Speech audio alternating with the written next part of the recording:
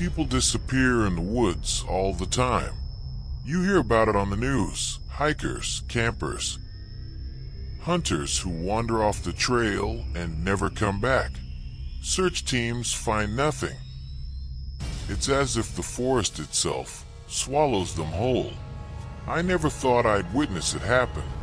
Not until last summer.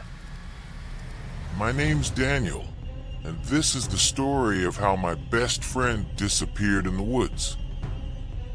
And if you think I mean he got lost, no. That would have been better. It was July. Hot days, cool nights. My friend Lucas and I had planned a weekend camping trip deep in Black Hollow Forest. Locals avoided it. Said it was cursed, filled with stories of people vanishing without a trace. But we thought it was just urban legend. We were 20, bored, and stupid. By nightfall, we had the tent set up. Fire crackling, marshmallows roasting. The woods were alive with sound, crickets, frogs. The occasional coyote yip in the distance. Then, around midnight, it changed. The forest went quiet. Dead quiet. No bugs. No owls. Nothing. Lucas looked at me and laughed nervously, but I could see it in his eyes. He felt it too. That pressure in the air, like we were being watched. Then we heard it. A whistle. Low. Off in the dark. 3 notes. Rising. Falling. Rising. Not wind. Not bird. Too deliberate. Lucas grabbed the flashlight and called out, "Hello." The whistle answered. Same 3 notes. Closer. We froze, staring into the trees. The beam of the flashlight cut into the black. But the woods swallowed it. I whispered, probably some hiker messing with us. But in my gut, I didn't believe it. The sound of leaves crunching. Slow footsteps circling the camp. We both turned, swinging the light wildly. Nothing. Then Lucas did something I'll never forgive him for. He grinned nervously, picked up the lantern, and said, "I'm gonna check it out." "No," I hissed. But he was already walking into the trees.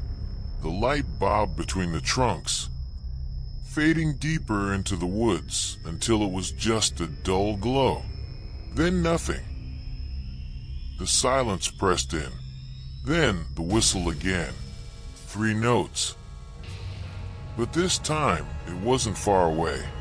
It came from the direction Lucas had gone.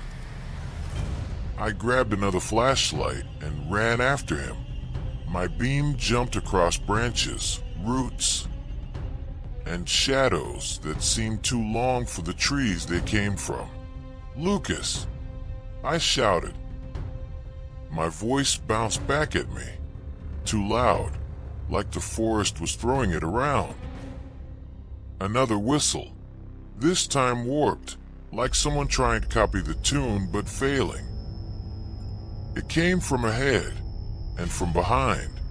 I sprinted forward, tripping on roots, thorns tearing at my arms. My light landed on something pale between the trees. For one heart-stopping second, I thought it was Lucas's face, but it wasn't.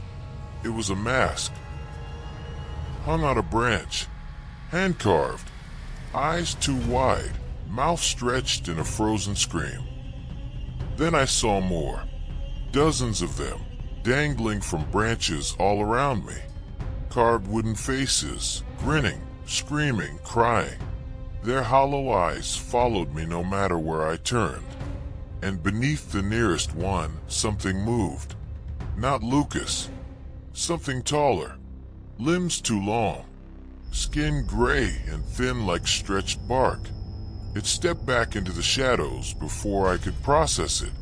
I ran. I screamed his name again. "Lucas!" No answer. Just whispers now. Faint. Dozens of voices, overlapping, like children muttering secrets. Then, ahead of me, the flashlight beam caught something. A figure. Lucas, standing perfectly still between two trees. Relief washed over me, but when I ran closer, I stopped dead. He wasn't holding the lantern anymore. His arms just hung limp, his head tilted at a sharp angle, like it was too heavy for his neck, and his mouth was moving, whispering words I couldn't understand. I shouted his name, but he didn't react.